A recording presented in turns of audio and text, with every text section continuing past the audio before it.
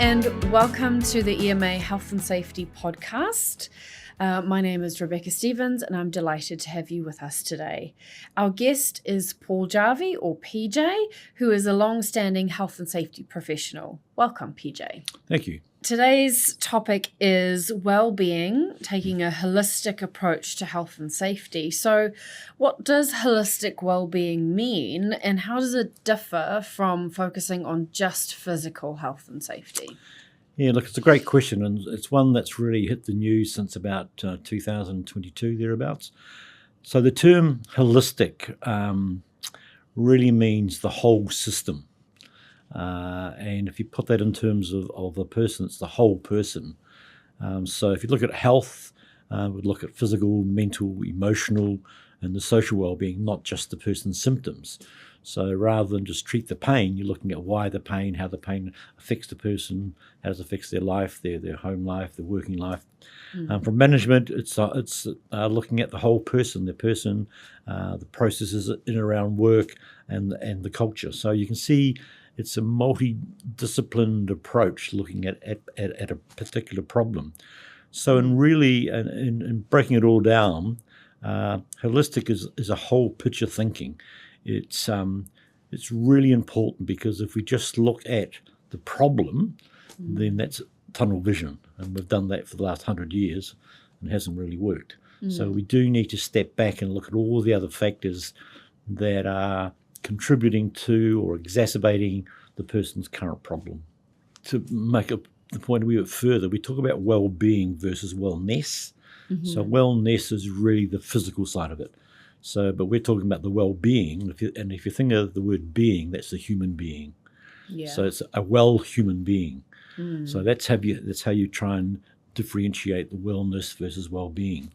So from a management perspective, you have to look at the person rather than as a unit of work or labour.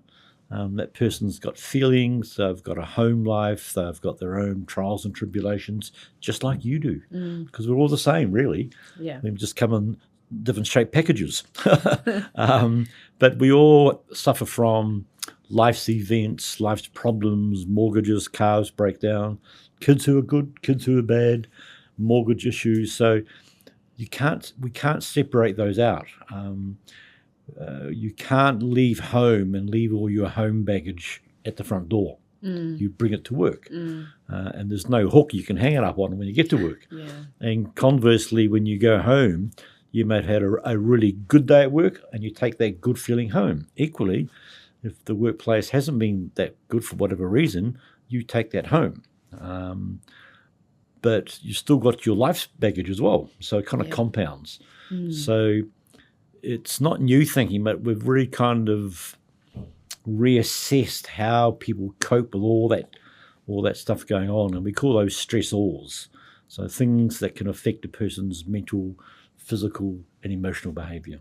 And then let's talk about balance. How do we apply balance to those holistic wellbeing models like Te Whare Tapa Wha?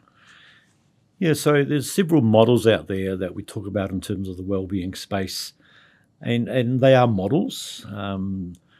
While it's loosely based on science from a psychological perspective, it's really important to understand that we talk about work-life balance at a very kind of crude level.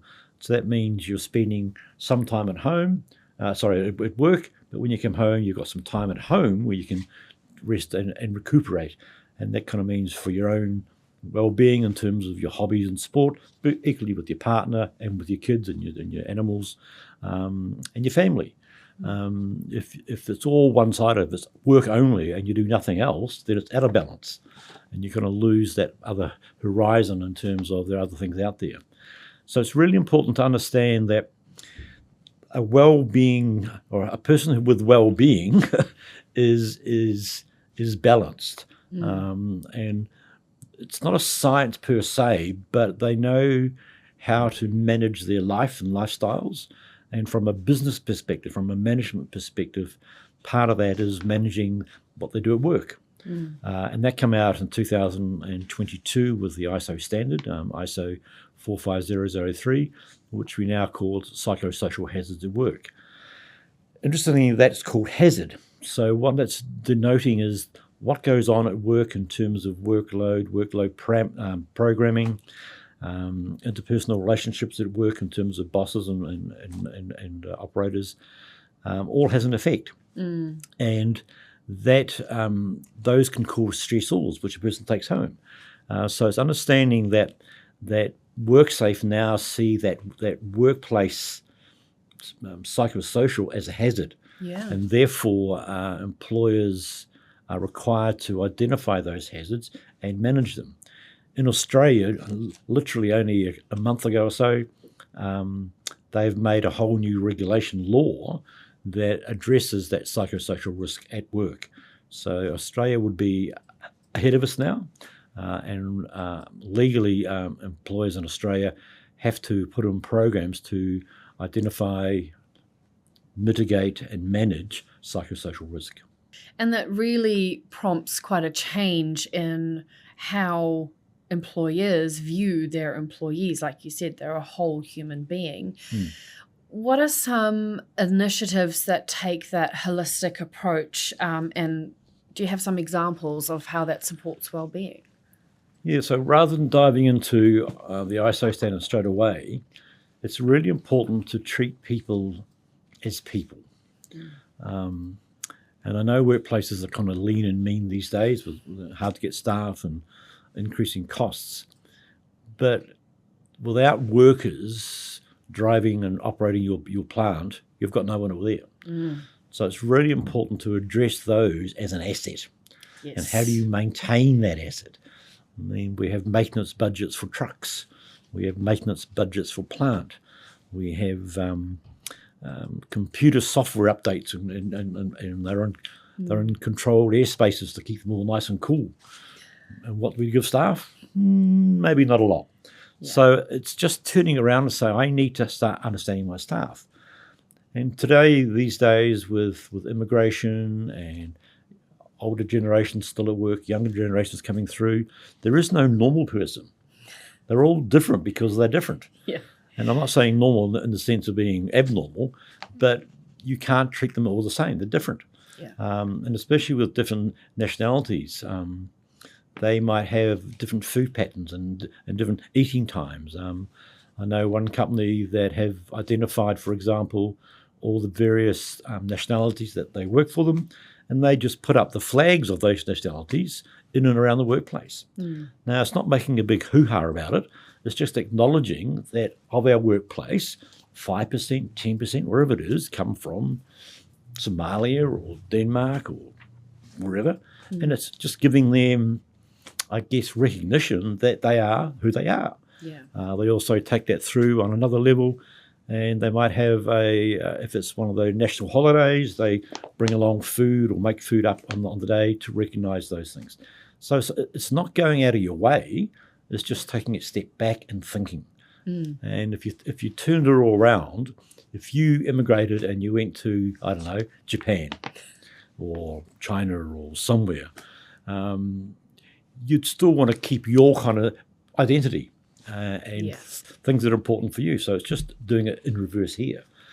But equally, it's understanding that they may not have English as their first language. They might have come from a culture where they don't speak up, where they just nod.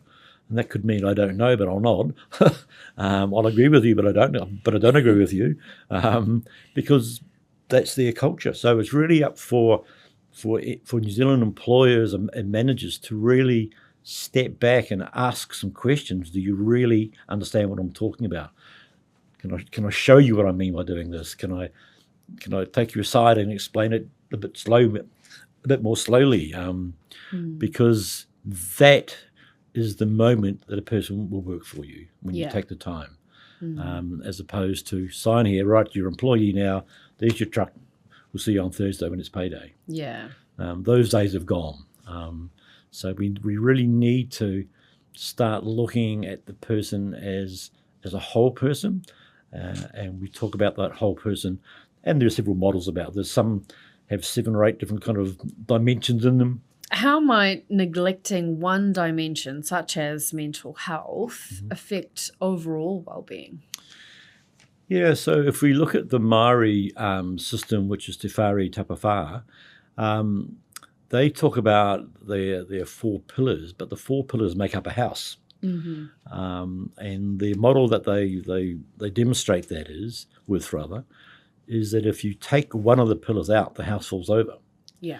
So that's talking about that all the pillars are structural. Yeah. They're there for a reason, and they have to be there. So if we just take that as an example, if you turn that around, then employers and people in society need to look into those structures and put and pay it forward, if you like, in those structures. So those structures are physical, mental, emotional, spiritual, family, and social. So all those things are meaningful and important. Yeah. If we think going back, I think it was the early 1940s, we had a guy called Maslow's hierarchy of needs, and they're very similar to this. Yeah. And what it says is, as normal people, I say normal meaning people who aren't sick, we all got our own needs, but they fall into these categories. And you have to address each of those categories to be the whole person, which is the holistic whole being, well-being. Yeah, I love all that stuff. Let's compare holistic well-being with the traditional medical approach. What are some of the key differences there? Oh, you got me started now. The medical approach really is, and we call it the medical model. And it started off good years ago.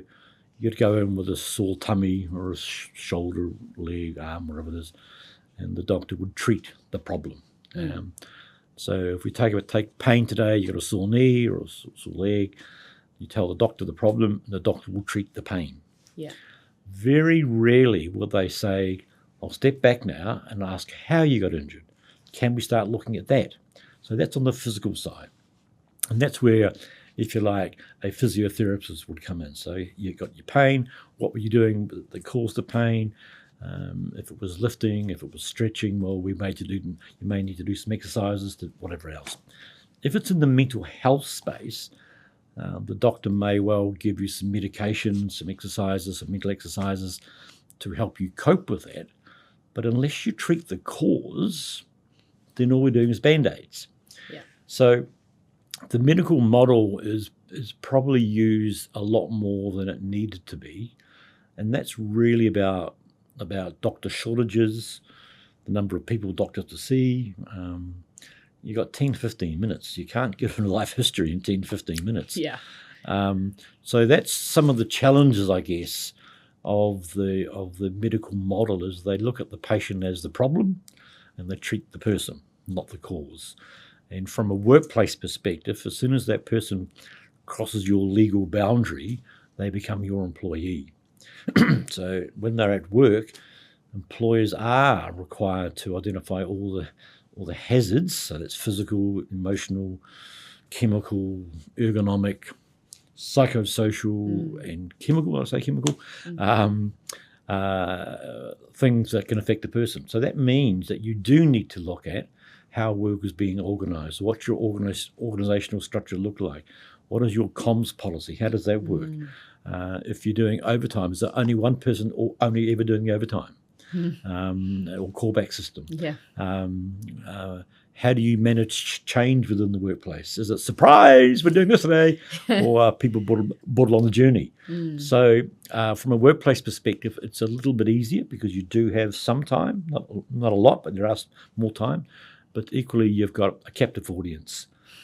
So from a proactive approach, it's using your staff to help you in that journey. This is not a thing that an employer does to staff. Yeah. It's a thing that an employer does with staff. Yeah. And that's the difference.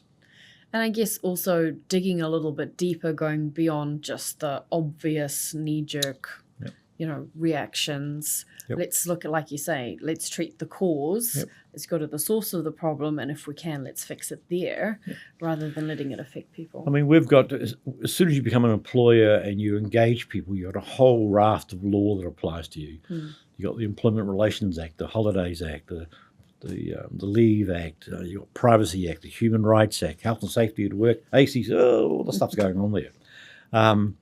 And really, if you take a part of the work that I do is the ageing population, and if we take the ageing population and let's say a young family, all right? If you've got a young family, you do want to be home when the kids come home. You do want to have some time off so you can go to their sports days or when they're having concerts and things, because that's part of building bonds with your kids. Yeah. But if the workplace is so strict that, when I say strict, that it's not flexible enough to allow people to take a half hour there or an hour there, they'll pay it back, obviously. Then people will go, well, I'm taking a sick day. Yeah. So rather than just losing 2 hours, no, you lost a whole day. And from an older worker's perspective, they may be tired of working, but they need to work. So having some flexibility of start times, finish times, having a broken shift, whatever kind of works, as long as it works for the employer and the employee, you're doing them as a really good service. So it's about listening. It's about standing back saying, how can I help you achieve your goals? Equally, how can you help me achieve our goals, which is work and productivity or whatever it is you do. And I guess cultural identity plays a huge part in that. What does your culture need from you? What do you need to do to participate in that? How can we consider that holistic approach when we're thinking about cultural identity?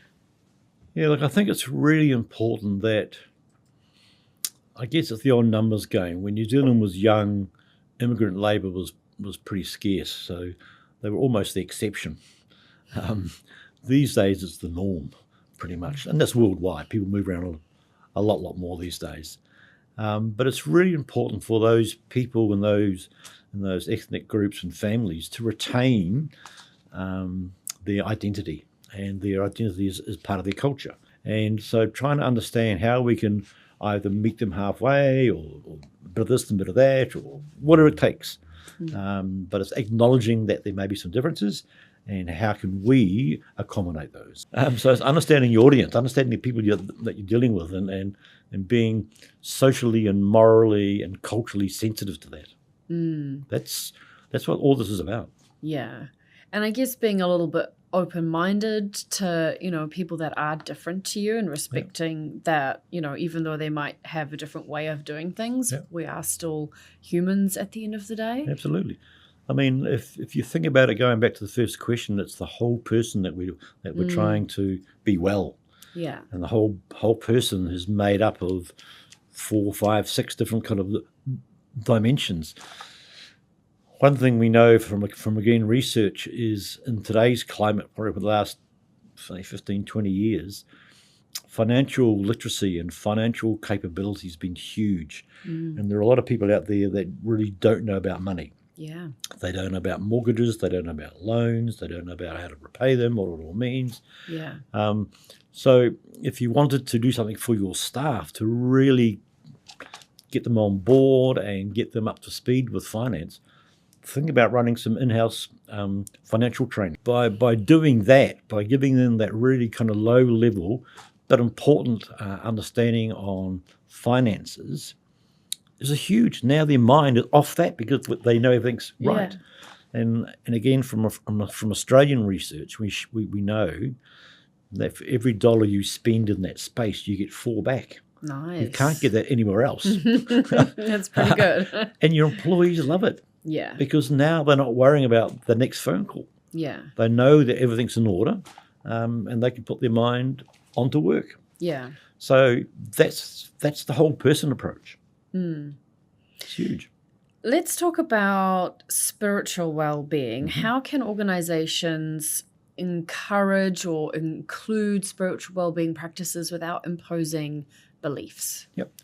Look, again, I think it's just acknowledging that people are different and they have different ways of life, different things are important to them.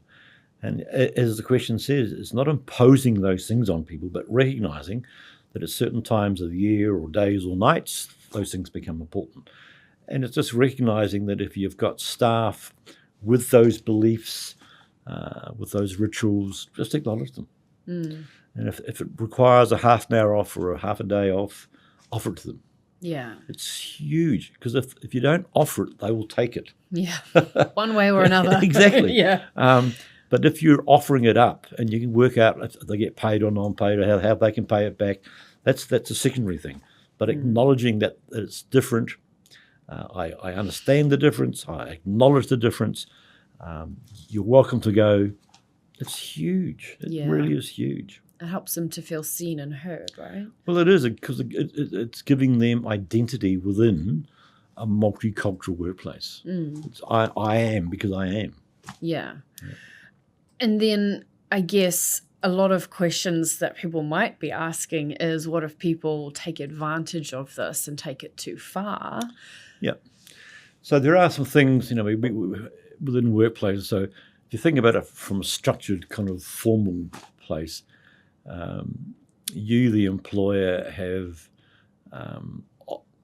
offered your place of open to people to come and work for you, and you have a contract with them to offer you 40 hours of labour per week, whatever it is. And for that, you will give them some money. So that's contractual. That does not then give them the right to start pushing barrows on soapboxes inside your factory. If they want to do that, there are other forums for that. So, that's a very black and white kind of example. So if people do start that, then I think it's quite within the employer's right to say, well, hang on, you can do the outside of work, but here, this is how we recognise the differences, and you keep it at a low level, because we don't push things on you, and we don't want you to push things on other people. If you want to practice things, that's fine. And I guess the other way that can be kind of construed is if they start taking advantage of it. So every week you're off for a holiday, or some festivities, some event, then that's probably going a bit too far. So again, it's about communication. It's about saying, well, look, we can do this, but we can't do it every week, So setting some clear expectations. Yeah, because it's a two-way street. Yeah, 100%. And again, it's just recognizing that people are different in a very positive way. When I say different, I don't mean negative. I mean, we just have a different structure. Our DNA is different. Yeah. But it's recognizing that it is different, and we can celebrate those differences. And if everyone's celebrating, everyone's on the same page. And believe me, from places where I've worked and been in past lives, when other staff are seeing a little subset of your workplace celebrating, they feel great as well. Yeah.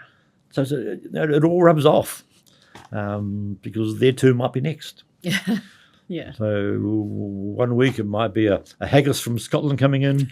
The next week it might be a hungy over here, and the following week it could be, I don't know, something from New York. Who knows? You know what I mean? But that's gives it variety, and it keeps us all young and happy and smiling. Yeah. Hopefully. Would you say that holistic well-being is achievable for modern workplaces? I think it's beyond achievable. I think it's necessary. If we don't do that, then we are almost contributing to more and more isolation. And we see this probably not so much around New Zealand, but certainly in Auckland, where people are living in flats and apartments. If you don't get out, you don't get out. And if at work you're in your own little box at work, then you're very isolated. You're isolated at work, you're isolated and socially. So I think it's really important that those isolation barriers get bowled over as quickly as possible, to really see the richness of those cultures and richness of beliefs and behaviours, because we want our lives, and that's the whole thing about well-being, the whole human being to be well. Yeah. And that's physically, mentally, socially, all those things. And you can only do that by the whole thing being addressed. And if you go back to Te Whare Tapawa, if you take one pillow out, the house falls over. Yeah. So we don't want people's houses falling over. No, absolutely not. And maybe we'll learn something cool along the way that improves our life. Look, absolutely. It's I forget who said it now, but if you're not learning something every day, then you're probably going backwards. So open your eyes, open your ears, go and talk, go and find out. Yeah, go and find out. Let's talk about technology. How does that impact holistic well-being, and is it positive or negative?